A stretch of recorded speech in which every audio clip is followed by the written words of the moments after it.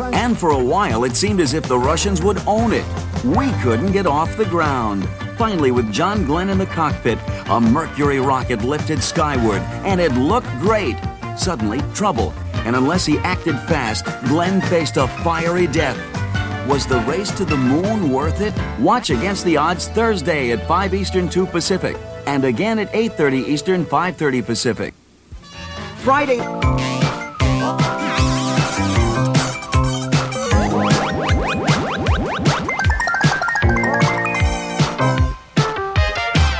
These are the stories of people who broke through.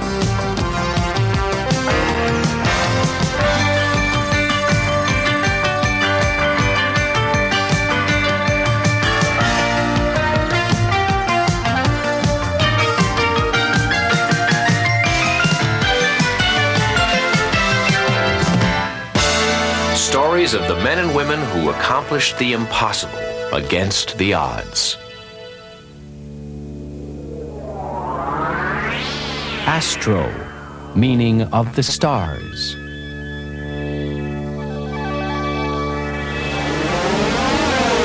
Naut, from the Greek, meaning sailor. Astronaut, sailor of the stars. The idea of such a sailor was once a faraway dream, a page out of Greek mythology, science fiction, and Saturday movie matinees. Man gazed out at the stars for thousands of years, but always from thousands of miles away from Earth. What if we could sail to the stars? Could we survive outside Earth's atmosphere? Would we find other forms of life in space? What would space tell us about our life and history on Earth? I'm Bill Bixby, and today we'll look for answers to those questions, difficult questions, and answers did not come easily. Finding them required thousands of scientists and engineers, along with a few men of a special breed, men of daring, of courage, who were willing to blast off into a new world where no one knew what to expect, into space. One of them, John Glenn, came to symbolize a tremendous determination shared by all astronauts facing mysterious dangers in a place where no one had ever been, risking everything to explore the heavens against the odds. It was October 1957. 100 miles above the Earth circled a ball of metal, the very first satellite to orbit the Earth, a Russian satellite, Sputnik 1. And it took the United States by surprise. All at once, fiction was fact. American scientists had also been developing satellites, but had yet to put them in orbit. Suddenly, the Soviet Union seemed to be way ahead of the U.S.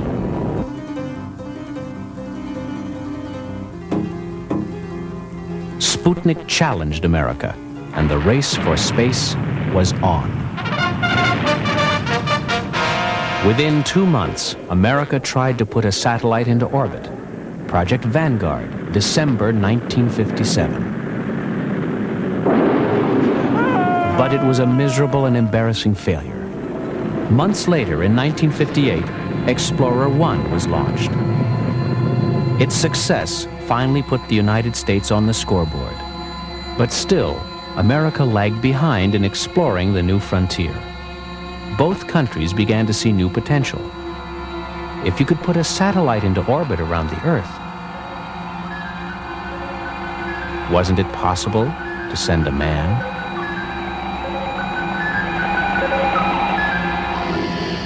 In April 1958, the National Aeronautics and Space Administration was formed, and it was to be responsible for the peaceful exploration of space. With it came a new program, Project Mercury, the first manned space program. Its object, to send a man into orbit around the Earth, and to accomplish it as quickly as possible. Scientists and engineers worked intensely to develop lightweight materials and efficient rocket fuels, to design the first space capsule. In the decade before, great strides had been made in the development of jet planes. Faster speeds, higher altitudes, longer distances. New records were being set almost every week. There was only one way to find out what new jets were capable of. Someone had to take them up and push them to the limit. America's test pilots, men who shared a lust for speed, a daredevil spirit. It was from this group of adventurous men that NASA sought its first astronauts, the Mercury team. To qualify, a candidate had to be less than 40 years old, less than 5 foot 11 inches tall, be in top physical shape, and be a qualified jet pilot with at least 1,500 hours of flight time. And one more requirement, the curiosity and the courage to explore places where man had never been. From America's top test pilots, 7 men were chosen. In the years that followed, the names Slayton, Carpenter, Glenn, Grissom, Cooper, Schirra, Shepard became part of American legend. As a team, they underwent intense training and preparation.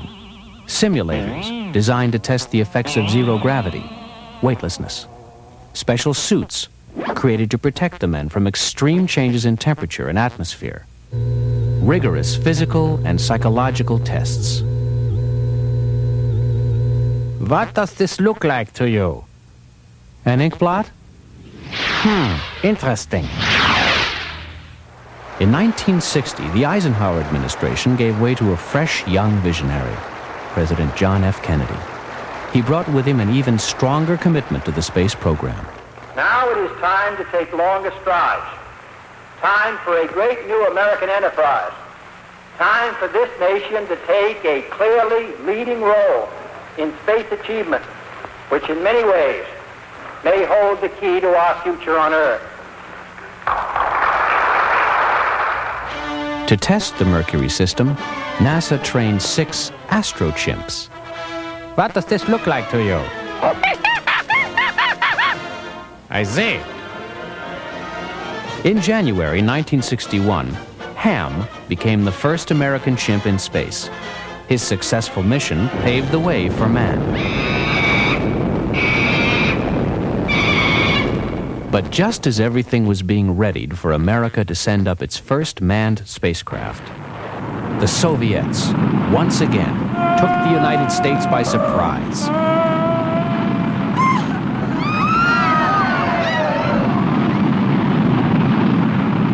They called him a cosmonaut. He was a 27-year-old Soviet astronaut named Yuri Gagarin in a craft named Vostok 1. He became the first man in history to orbit the Earth. Gagarin's historic trip once again challenged the U.S. to catch up. A month after Gagarin's flight, America sent its first manned spacecraft, Freedom 7, into space. Astronaut Alan B. Shepard made a brief suborbital flight, reaching a height of 115 miles above the Earth.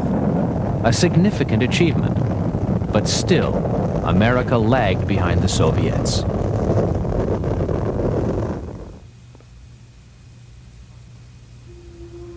Finally, in early 1962, the Americans were ready. John Glenn, at age 40, the oldest of the astronauts and also the most experienced, was chosen to make the flight into orbit. Glenn grew up in a small town in Ohio. When America entered the Second World War in 1941, he left college to join the Marines and become a pilot. He flew 59 missions in the Pacific, near Midway Island.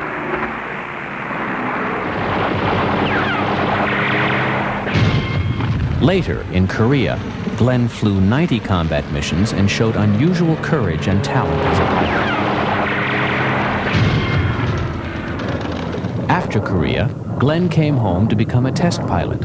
And now, as a part of Project Mercury, he was about to make history. Everything was planned to the smallest detail. Backing up Glenn, tens of thousands of people, planning, testing, rehearsing, building, training, fighting impossible schedules under tremendous pressure. 18 radar tracking stations were set up all around the world to monitor and keep in radio contact with Glenn during the flight. Finally, February 20th, 1962. Glenn woke up early, ate a light breakfast. A doctor checked his pulse rate, his blood pressure, respiration, hand-eye coordination. He suited up, took the elevator up to the spacecraft, slipped inside the cramped quarters. Technicians closed the hatch. The spacecraft, dubbed Friendship 7, a tiny Mercury capsule mounted atop a powerful Atlas rocket, sitting atop 360,000 pounds of rocket thrust. Glenn, alone, waited 4 hours for word that all systems were go. More than 100 million Americans were glued to their television sets, waiting. 9:47. The skies were clear.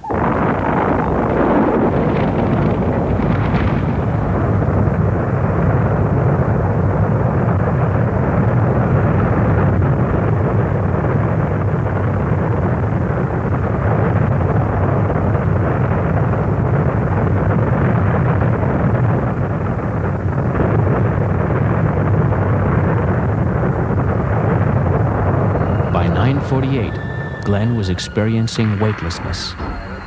By 9:49, he was in orbit. Friendship 7 got off to a good start, hurtling into orbit around the Earth as far as 150 miles up.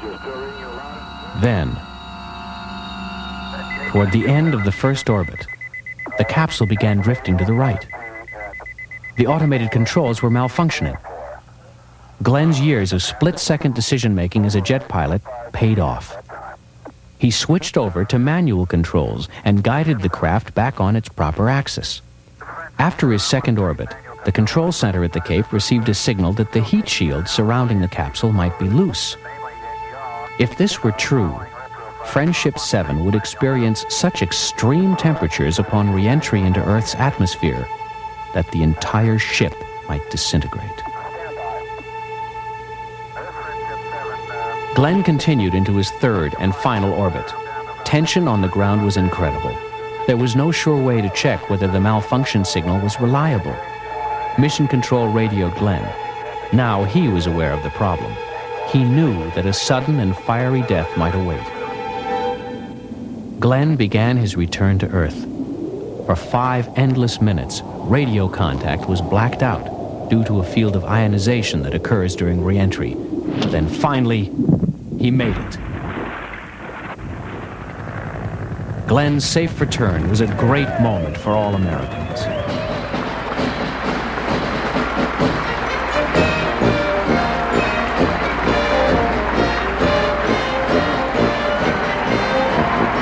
In New York, a blizzard of ticker tape and confetti fell from the windows as more than 4 million people lined the streets and rooftops to hail the Mercury astronaut. New Concord, Ohio, gave its most famous hometown boy a hero's welcome. Glenn became an inspiration for millions. A week after the flight, Glenn delivered an address to a joint session of Congress, an honor generally reserved for only the most prominent world leaders. As our knowledge of this universe in which we live increases, may God grant us the wisdom and guidance to use it wisely. Thank you. Glenn retired from the NASA program in 1964 and decided to use his leadership qualities in political life. Eventually, he won a seat in the U.S. Senate.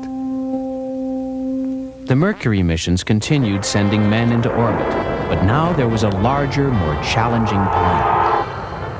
I believe that this nation should commit itself to achieving the goal, before this decade is out, of landing a man on the moon and returning him safely to the Earth. No single space project in this period will be more impressive to mankind or more important for the long-range exploration of space. The moon. For as long as civilization existed on Earth, it taunted our curiosity and stirred our imagination. And here, In the middle of the 20th century, American resolve was firm. Its best thinkers went to work. We would walk on the moon, though we weren't quite sure how. What were the odds that within 8 short years, this long-standing vision of science fiction would become science fact? As far back as 30,000 years ago, man recorded the phases of the moon in bone carvings. Ancient civilizations studied the moon, tried to explain its orbits and its relationship to Earth. During the 15th and 16th centuries, Galileo and Copernicus, using such advances as the telescope, helped to identify the moon's surface.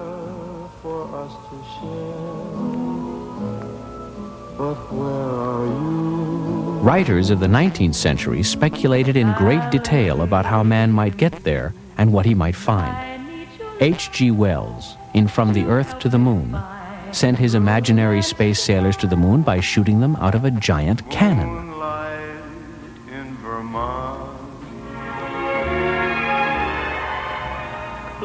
All over the world, different cultures held different beliefs about that mysterious glowing orb.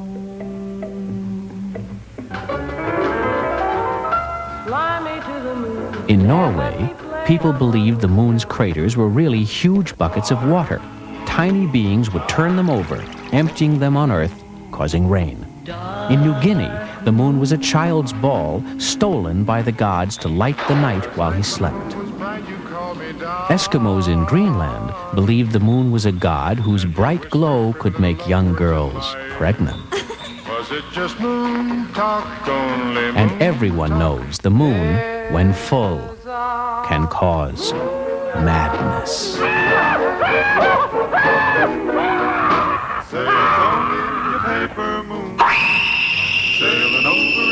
What could man expect to find up there? Was there a man in the moon? Was it really made of green cheese? We were soon to find out. The second stage of America's space mission was called Gemini. The Gemini capsule would carry 2 men into space. Composed of 2 parts, the re-entry section, where the crew rode, and below that, like the bottom half of a bell, the adapter section, which contained the retro rockets and fuel reserves. During 1965 and 1966, 10 Gemini flights were flown, each one conducting tests which would lead us closer to the moon. Astronauts learned how to function outside the capsule, known as EVA, or extravehicular activity, literally walking in space. Scientists calculated that it would take no less than 8 days to go to the moon and back. Gemini set out to prove that man could endure zero gravity for long periods of time, long enough to make the trip. Perhaps the most important test conducted in Project Gemini was the rendezvous and docking of 2 vehicles in space, a key maneuver for the eventual moon landing. It was time for the third and final stage, Project Apollo. This program called for 3 astronauts to enter the moon's orbit, where the Apollo craft would split. 1 man would remain in orbit around the moon, while the other 2 would land on its surface in a lunar module. At the end of the lunar exploration, the module would return to lunar orbit, where it would rendezvous and dock with the Apollo command module for return to Earth. The spacecraft was amazingly complex. Over 2 million functional parts and a seemingly endless number of things that could go wrong. Backup systems were designed to compensate for any problems. The astronauts, whose main job in space would be to oversee all the complicated automatic equipment, trained extensively in preparation for their flight. Then, finally, it seemed as though they were ready.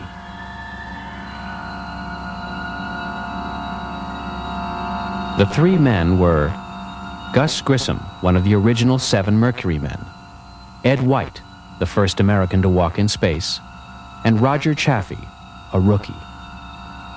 Inside the capsule, they were testing a simulated liftoff when a spark caused by faulty wiring, started a fire in the cockpit.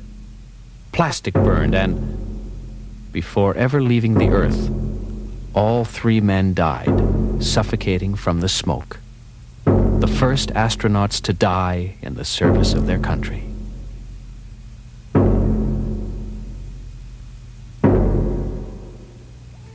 The space program was set back more than a year as scientists and engineers went about reworking the Apollo craft. Finally, 23 months later, a manned Apollo mission was ready to fly. October 1968.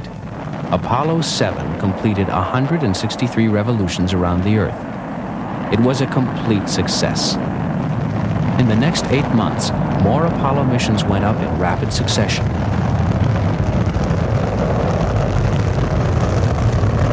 Christmas Eve, 1968, Apollo 8, orbiting the moon, sent live television transmissions of the lunar surface to millions of people on Earth, 250,000 miles away. Apollo 9 tested the separation and redocking of the lunar module in Earth's orbit. Again, a successful mission. Apollo 10, the dress rehearsal, performed every part of the lunar landing mission except for the landing itself. The lunar module came within 9 miles of the moon's surface. The dry run was a success. July 16th, 1969. I have a trip complete light. Box tanking secured. Box tanking secured.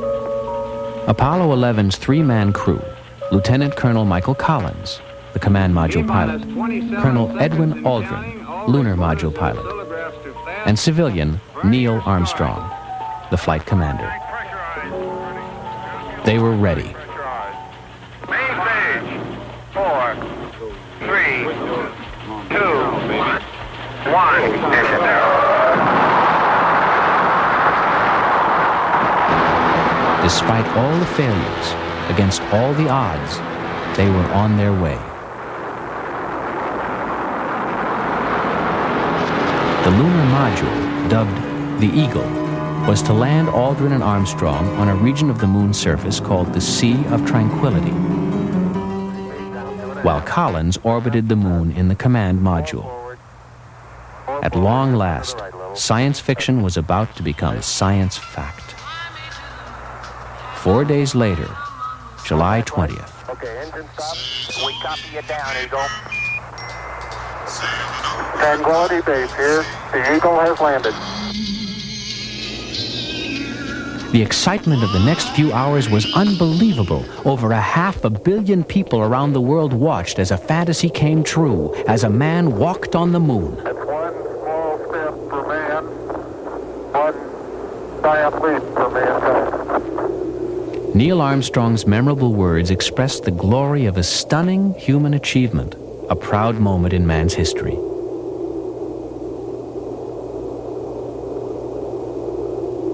For 2.5 hours, Armstrong and Aldrin walked on the moon. They took detailed photographs of the moon's surface. They established a laser reflector, making possible the first precise measurements of the distance between the moon and the Earth. They set up a seismometer to detect and measure moonquakes. 50 pounds of rock samples were collected for later investigation by geologists. Tranquility Base cleared for takeoff. Their return to Earth went exactly as planned.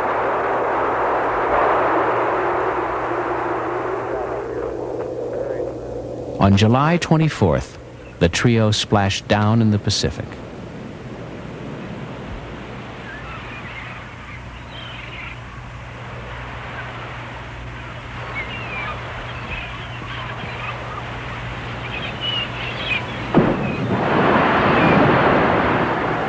The whole world celebrated the success of the Apollo mission.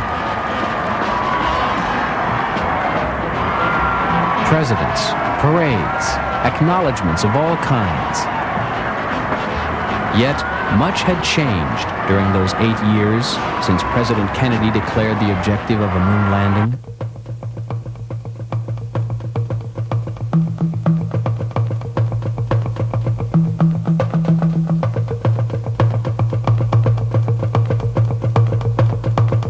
There were were critics who denounced the space effort as a wasteful and reckless project that had little to do with the real problems facing our planet. Nevertheless, Apollo was responsible for hundreds of thousands of jobs. It drew on the know-how of more than 20,000 American businesses and the research capabilities of over 120 universities. The advanced technology that grew out of the space program is responsible for all kinds of other byproducts: the mini-computer, the digital watch, satellite communications, and even... Despite a changing America, the moon landing will stand forever as one of the grandest moments in the history of exploration. 1,000 generations of dreamers and thinkers dreamed about it and finally made it happen. And the exploration of space continues. In his speech to Congress in 1962, John Glenn said, "Knowledge begets knowledge. The more I see, the more impressed I am, not with how much we know, but with how tremendous the areas are that are yet unexplored." I'm Bill Bixby. Thanks for being with us on Against the Odds.